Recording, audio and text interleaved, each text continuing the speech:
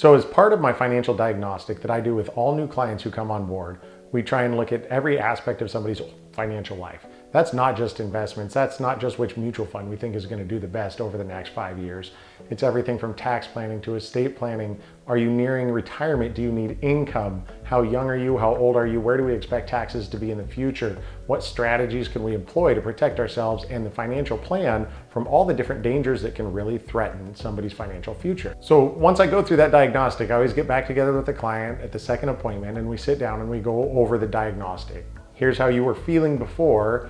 Here's what I recommend to help you feel a little bit better. And a lot of times we talk about all the fun stuff, how much income we're gonna need and how many trips and vacations and what are those gonna cost and what sports are our grandkids playing and how often do I wanna go visit them. And then one thing always comes up and it's like we were talking about all that fun stuff and then here comes Mr. Fun Killer, and that's we start talking about insurance. Now this especially pertains to my clients who are Henrys, high earners not rich yet, those working in the tech industry here in the Seattle area, those working in the tech industry who make a really good living and they're building this financial house out of the money that they're earning. So if I haven't met you yet, my name is Chris Reed. I'm the owner of Capital Partners Wealth Management. This video is going to be on how to protect that financial house from one of the worst, most devastating things that can happen, and that's long-term sickness, illness, disability, or God forbid death, that can come in and just completely wreck a financial plan. I was just working with a couple and both of them are in the high-tech industry. They just came on board last week and we did all the fun stuff and talked about their tax efficiency and everything else like that. And I said, okay, well, tell me what happens if you can't go to work for 6 months or a year. And they said, oh, well, no, it's okay. And everybody wants to move past the insurance discussion, and I get it, it's not fun. But they said, well, that's fine, we have group disability insurance. That's something that almost everybody has. What people don't understand, and the truth of the matter is that if you are relying on your group disability insurance, you had better be prepared to live your life on about half of what you're currently making. I'm gonna take a single tax filer. So the numbers are almost the same if you're married. It's still about 50% of your overall income that you'd have to learn to live on. So this person is earning $200,000 a year, and with that, they're paying a mortgage and they've got a car that they're driving and they like to go on vacations. That's a palm tree. If you can't tell why I'm in financial services and not artwork, this is why. A typical high income earner is maximizing their pre-tax 401k, which is bad tax strategy, but that's for another video. And so that money's coming out. So they're taking $200,000, they're subtracting $23,000. Out of that, Uncle Sam gives them the standard deduction. And again, the standard deductions are changing with the next tax code. This hypothetical individual's total tax burden would be about $32,000. So when we add up 23 and 32, we get $55,000 out of $200,000, meaning they're living on around $145,000 per year.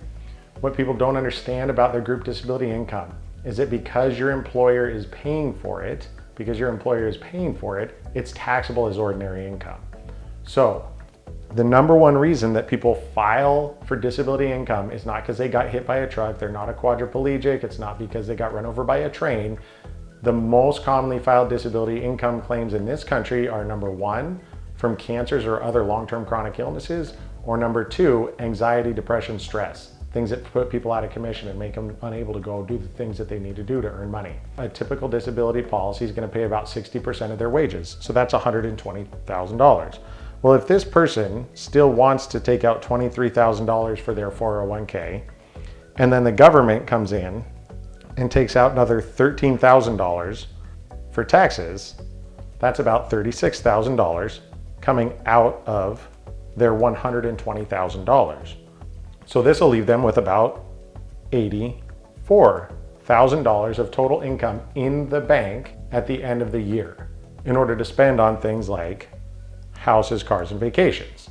So if you look, it's almost about 50% between the take-home pay of what someone is used to living on and what they have to learn to live on if they actually have to file that disability claim.